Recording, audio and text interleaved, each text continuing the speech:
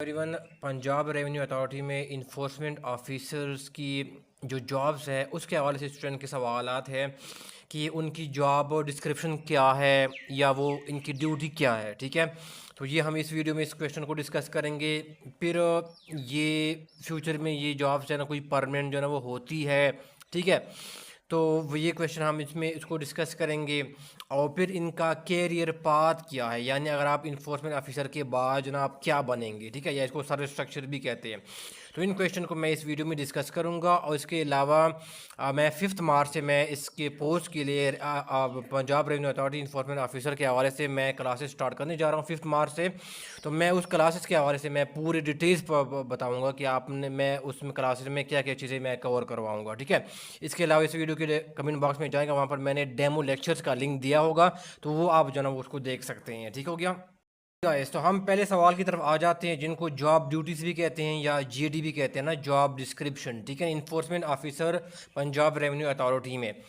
अच्छा गाइस, तो इसमें इसमें उनकी जॉब डिस्क्रिप्शन में ये शामिल है कि उन्होंने क्या करना होता है। इन्फोर्समेंट ऑफिसर ने टैक्स की क्या करनी होती हैं, उन्होंने कलेक्शन करनी होती है। ठीक है ना, ये इनकी जॉब डिस्क्रिप्शन में इंक्लूड है। ठीक है, अब आप लोगों को गाइस पता है कि पंजाब में क्या हो जाता है, ये जो ना बेसिकली वो कलेक्ट किया जाता है ना, जो कहता है पंजाब सेल टैक्स कहते हैं। ठीक है, पीएसटी कहा जाता है। ठीक हो गया, तो उन्होंने बेसिकली क्या करना होता है, ये उनकी रिस्पॉन्सिबिलिटी है कि उन्होंने क्या करना होता है, इनकी कलेक्शन जो ना बेसिकली इस टैक्स की करनी होती है। ठीक हो गया, और दूसरी बात ये कि इन्फोर्समेंट जो ऑफिसर है एक फील्ड जॉब है। ठीक है, जहाँ पर आपको व्हीकल प्रोवाइड की जाएगी, गाड़ी सरकारी गाड़ी प्रोवाइड की जाएगी, और फिर आपने क्या करना होता है वहाँ उसको आप जो ना वो फील्ड में जना आप उसको विजिट जना आप करेंगे। ठीक हो गया, तो एक तो यह है टैक्स कलेक्शन हो गया।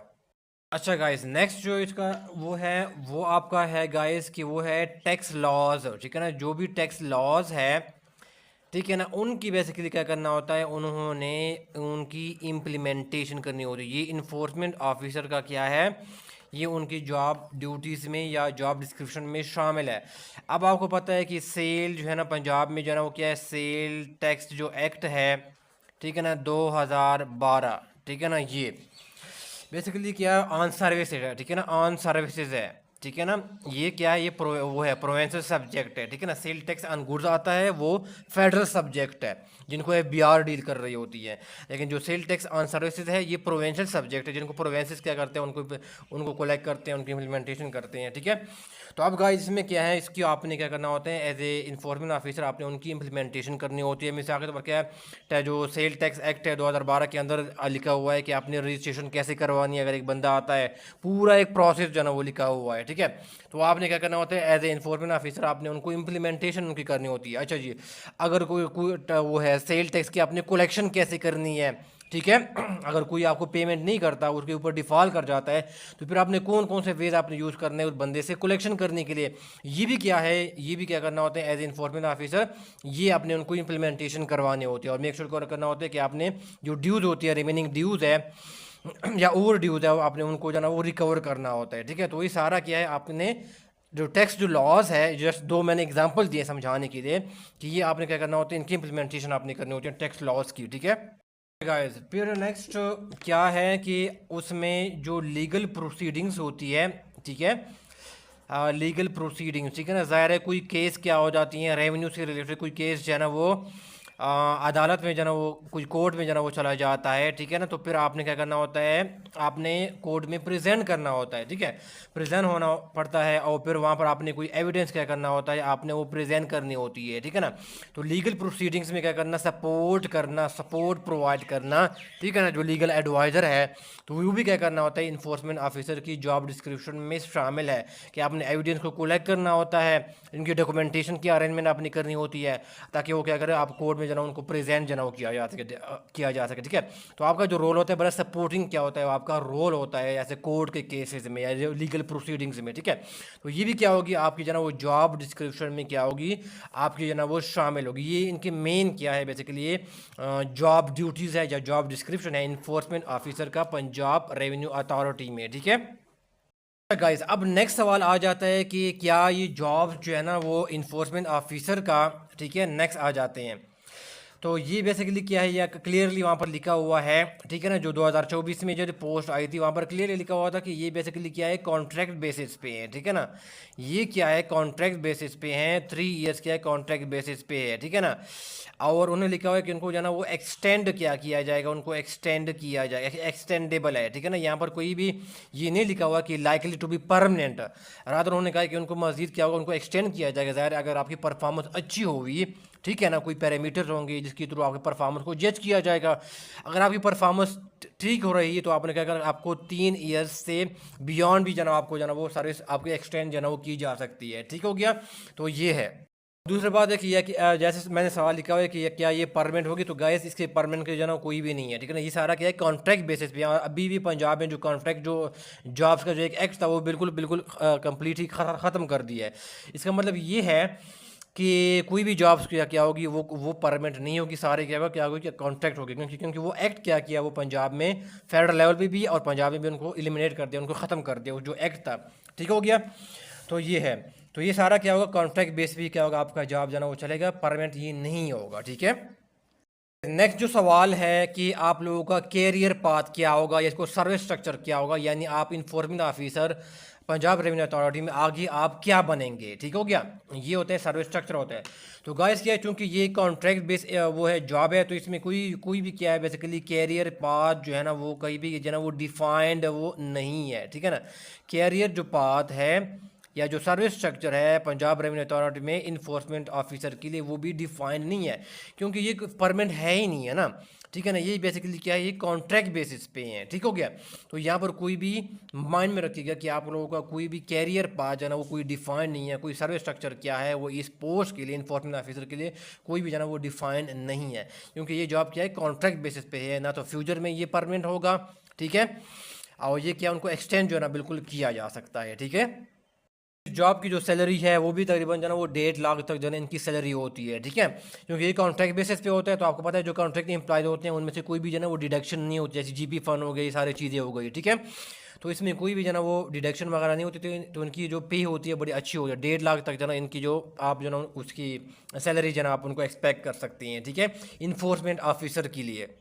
अब मैं जो इन्फोर्समेंट ऑफिसर और ऑडिट ऑफिसर के लिए पंजाब रेवेन्यू अथॉरिटी में मैं इनके लिए पेड क्लासेज जो है वो ऑफर कर रहा हूँ, ठीक है। जो कि क्या होगा, वो 5 मार्च से जो है ये क्लासेज जो है वो स्टार्ट होने जा रही हैं। तो इनके कुछ फीचर्स है तो मैं आप लोगों के साथ डिस्कस करूँ कि इसमें 70 to 80 क्या होगी, रिकॉर्डेड लेक्चर होंगे। कुछ जो रिकॉर्डेड लेक्चर है वो मैंने अपने पोर्टल के ऊपर जो है वो प्रोवाइड किए हैं, वो गिवन है, ठीक है। मैं अब इसकी और व्यू भी देता हूँ। वो कहाँ पर है, वो गूगल क्लासरूम जो पोर्टल है वहाँ पर जो है वो क्या है, वो वहाँ पर आपको अवेलेबल होंगे। जो 70 और 80 लेक्चर्स है उसमें से मैंने कोई 35 लेक्चर मैंने ऑलरेडी बनाए हुए हैं डिफरेंट टेस्ट के लिए जो मैंने तैयारी करवाई थी, ठीक है। वहाँ पर पोर्टल के ऊपर अवेलेबल है। और बाकी मैं क्या क्या करूँगा, साथ साथ मैं इसके ऊपर जो है वो अपलोड जो है वो करता जाऊँगा, ठीक हो गया।